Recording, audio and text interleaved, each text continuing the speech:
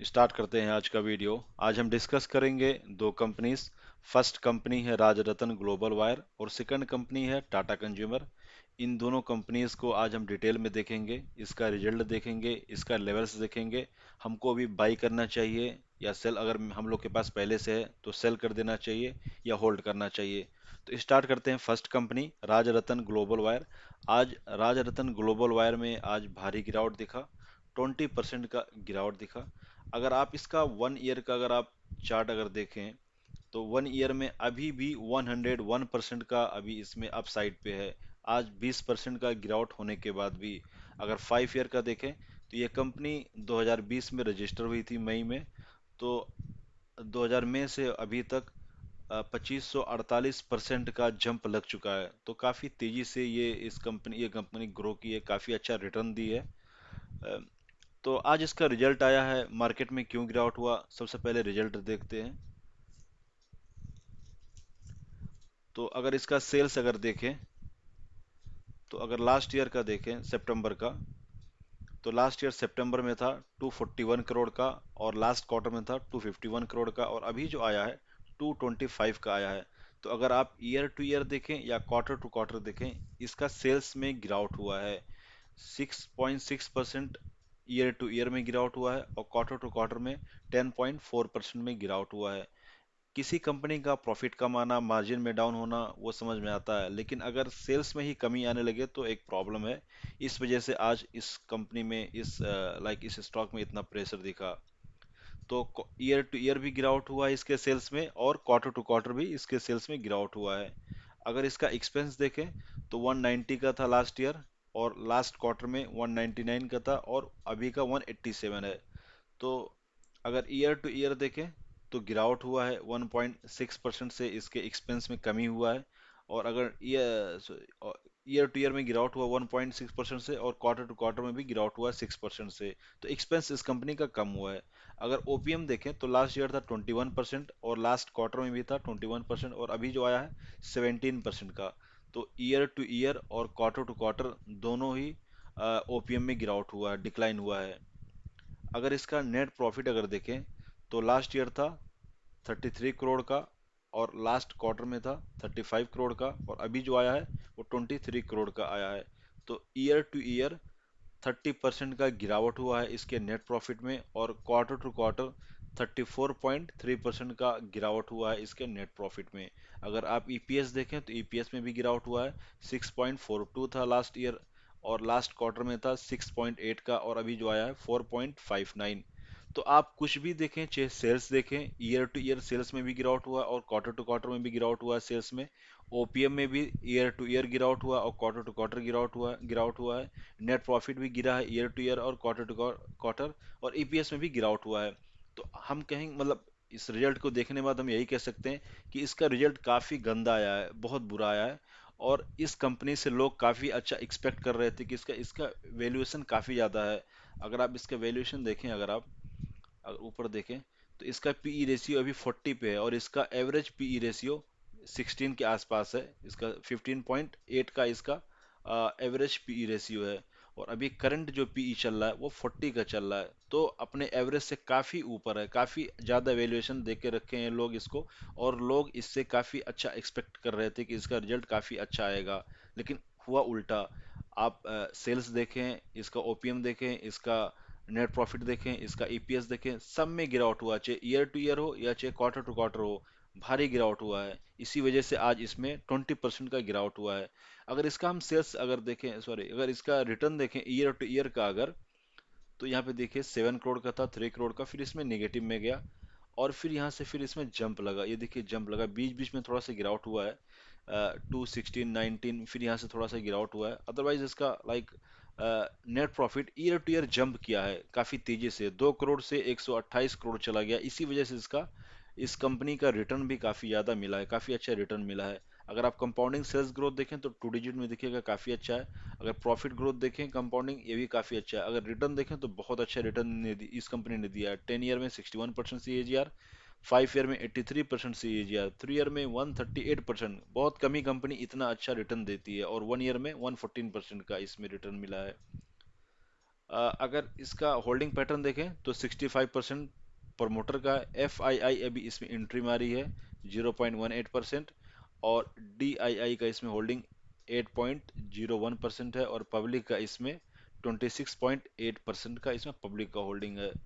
तो like fundamentally तो काफ़ी अच्छी कंपनी है, लेकिन इस बार का रिजल्ट काफ़ी ख़राब आया है। अभी इसका हम चार्ट देखते हैं तो ये जो है ऑलमोस्ट 15%, 1500 से गिरी है 1400 से। अगर देखें कितना डिस्काउंट पे भी जा चुकी है, 29% आई थिंक इसमें डिस्काउंट अभी चल रहा है, या 29% का इसमें डिस्काउंट हो चुका है, मतलब अपने टॉप से 29% गिर चुकी है, जिसमें कि आज ही 20% में गिरा, आज ही 20% का गिरावट हुआ है।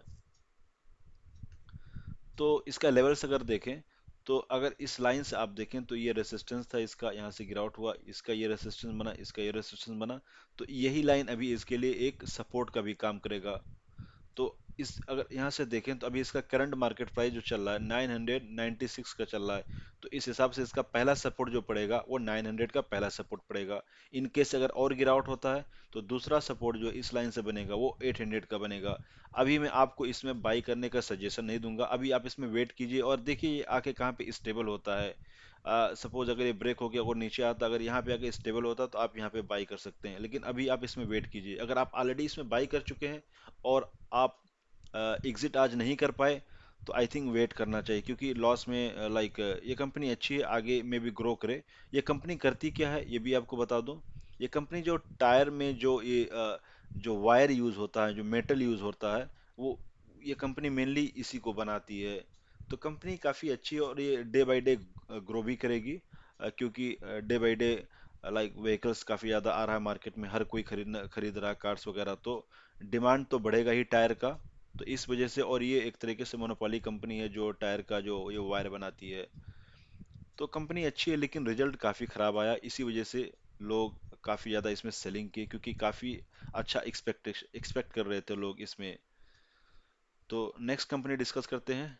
नेक्स्ट कंपनी है टाटा कंज्यूमर। टाटा कंज्यूमर का अगर रिजल्ट देखें तो इसका अगर ईयर टू ईयर अगर इसका सेल्स अगर देखें तो 11% का जंप लगा है इसके सेल्स में, और अगर क्वार्टर टू क्वार्टर देखें तो इसका क्वार्टर टू क्वार्टर 1% का जंप किया है इसका सेल्स। अगर एक्सपेंस देखें तो 2620 था लास्ट ईयर, और अभी का जो आया है 2929 आया है। तो एक्सपेंस 6.6% से जंप किया है year two year.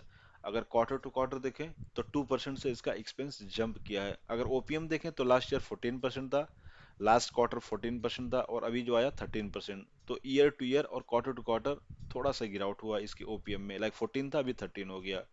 Net profit अगर देखें तो लास्ट ईयर 286 करोड़ का था, लास्ट क्वार्टर 277 करोड़ का था, और अभी जो आया है 389 करोड़ का आया है। तो ईयर टू ईयर 36% से इसका नेट प्रॉफिट जंप किया है, और क्वार्टर टू क्वार्टर 40.4% से इसका नेट प्रॉफिट जंप किया है।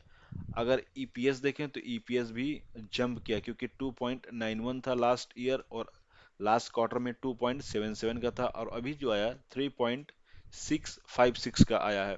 इससे लाइक ब्रोकरेज का क्या एक्सपेक्टेशन था ये मुझे नहीं मालूम, लेकिन अगर आप कहें तो रिजल्ट मतलब हमारे हिसाब से रिजल्ट अच्छा आया, ठीक ठाक आया है। बस ओपीएम में एक गिरावट हुआ है बस, अदरवाइज रिजल्ट काफ़ी अच्छा आया है। अगर इसका ईयर टू ईयर अगर आप इसका प्रॉफिट अगर देखें तो इसका ईयर टू ईयर प्रॉफिट यहाँ देखिए 312 था, 417 हुआ, 445 हुआ, 510, फिर यहाँ पे गिरावट शुरू हुआ, यहाँ 273 हो गया, फिर यहाँ काफ़ी नेगेटिव आ गया। तो 2 साल बीच में गिरावट हुआ है, और फिर से जंप लगना स्टार्ट हुआ। ये देखिए फिर अच्छे से जंप लगा, बीच में फिर से थोड़ा सा गिरावट हुआ है यहाँ इन 2 साल में। लेकिन प्रॉफिट इसका ग्रो कर रहा है ईयर टू ईयर। अगर इसका सेल्स ग्रोथ देखें तो 10 ईयर में अच्छा नहीं है, 5 ईयर में ओके ओके है, 3 ईयर में अच्छा है, टीटीएम में भी ज़्यादा अच्छा नहीं है।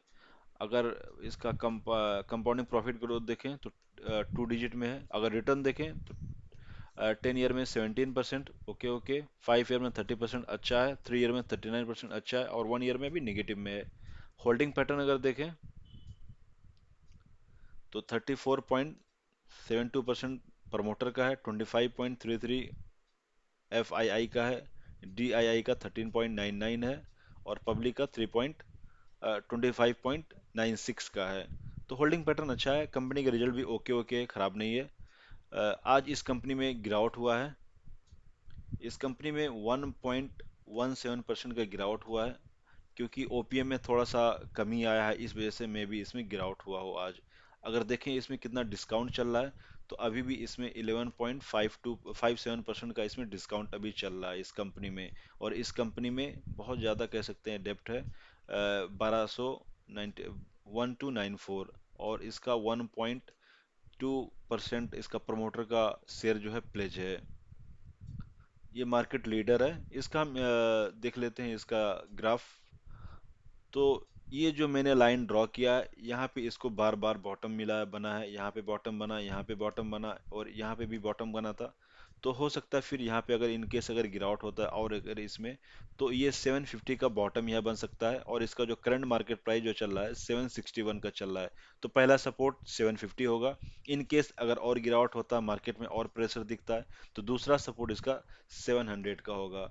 लेकिन आप 750 पे चाहें तो आप बाई कर सकते हैं, काफ़ी अच्छी कंपनी है। इसका net profit year two year grow कर रहा है और रिजल्ट भी ओके ओके आया है।